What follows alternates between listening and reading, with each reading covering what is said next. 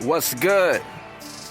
You know, this your boy Talito, man. So serious Talito. Follow me on Twitter, Instagram, Facebook. Go check out Time Travel right now. That's in stores right now, man. Talito.bandcamp.com, man. I'm here with my boy Young Spread, man. We're gonna get right to it.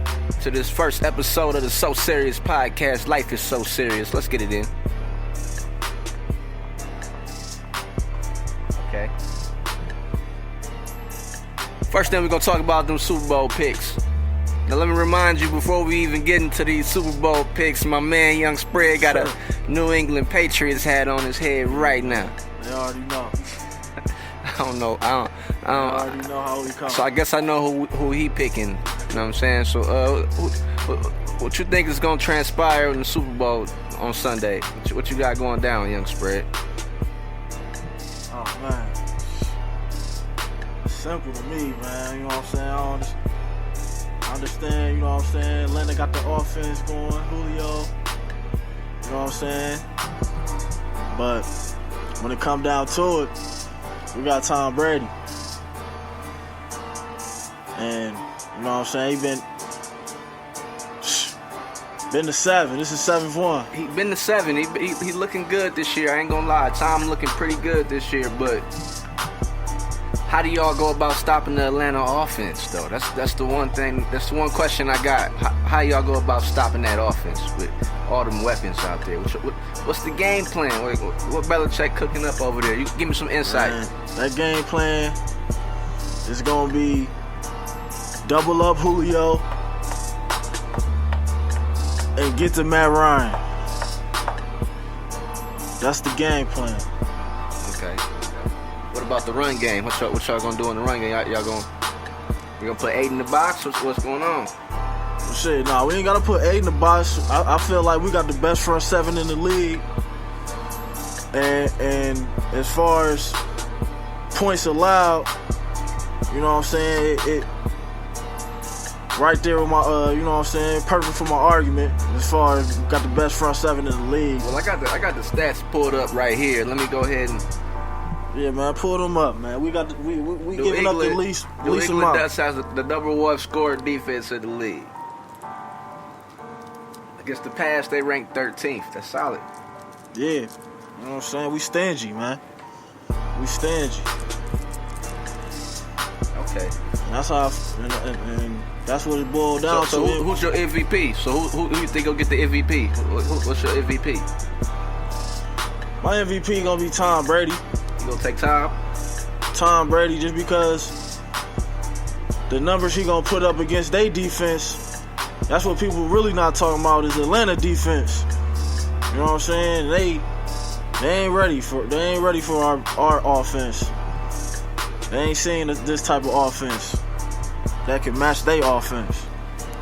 Okay, who you picking? Who you going with? What's your pick? So I know you got to be going with the Patriots. What's the score? What score you got? I got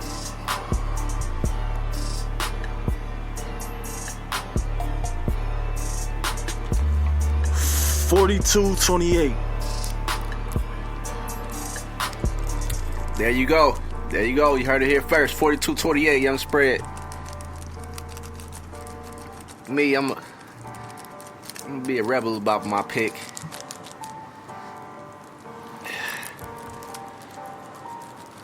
I'm gonna also pick the Patriots, but it's gonna be in closer fashion. I'm gonna go. I think it's gonna be a shootout.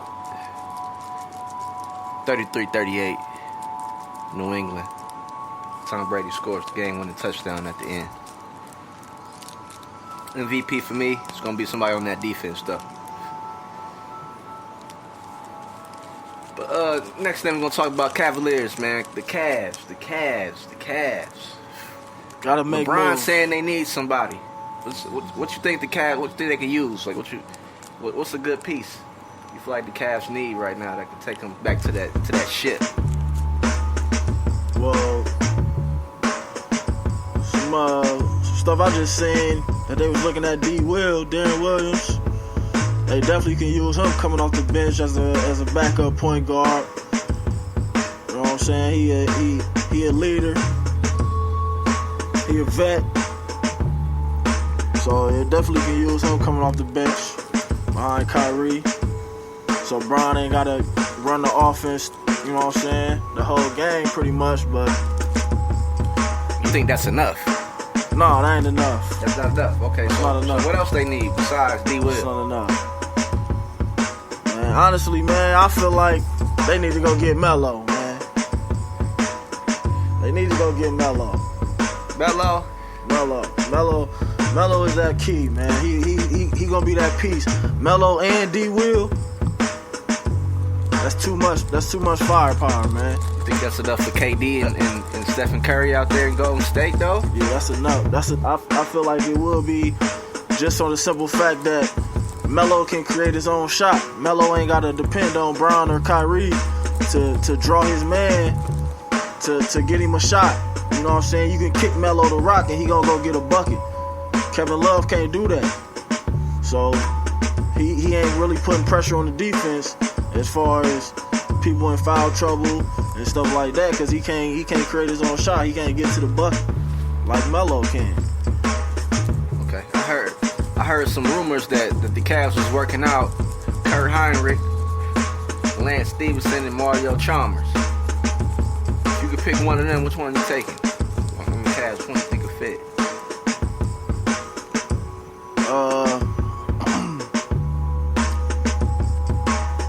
Well, of course, if they don't go get D. Will, Mario Chalmers, as far as a backup point guard role.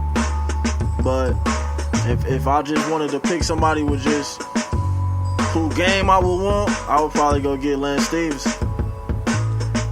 I would go get Lance Stevenson if I had to choose. And if I didn't have a position to fill, and I just wanted one of them players, I'll go get Lance Stevenson.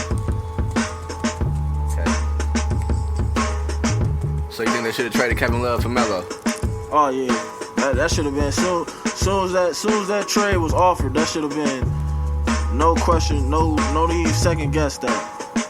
That wasn't even a second. That's not a second guess. Especially if it's just flat out Kevin Love for Melo. If you ain't got to give nobody else up and you just giving up Kevin Love for Melo, that's not even a. But the ball's 6'10", Keith. He is 6'10", but at the same time. 6'10". What about the boards? The boards gonna come just because the simple fact that Melo can draw defense. Melo can draw defenders because Melo gonna draw a double team. You know what I'm saying? So the backside always gonna be open for offensive rebound. And you got Tristan out there, he hounding. You know what I'm saying? Bron, he averaging eight boards.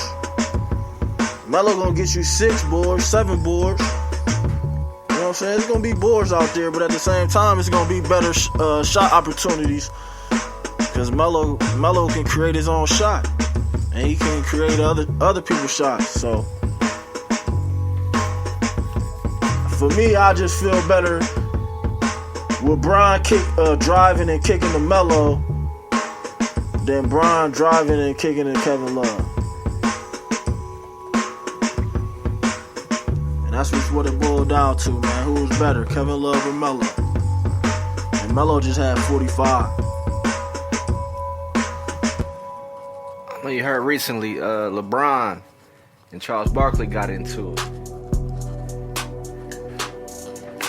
You know, Barkley said Bron needs to stop complaining.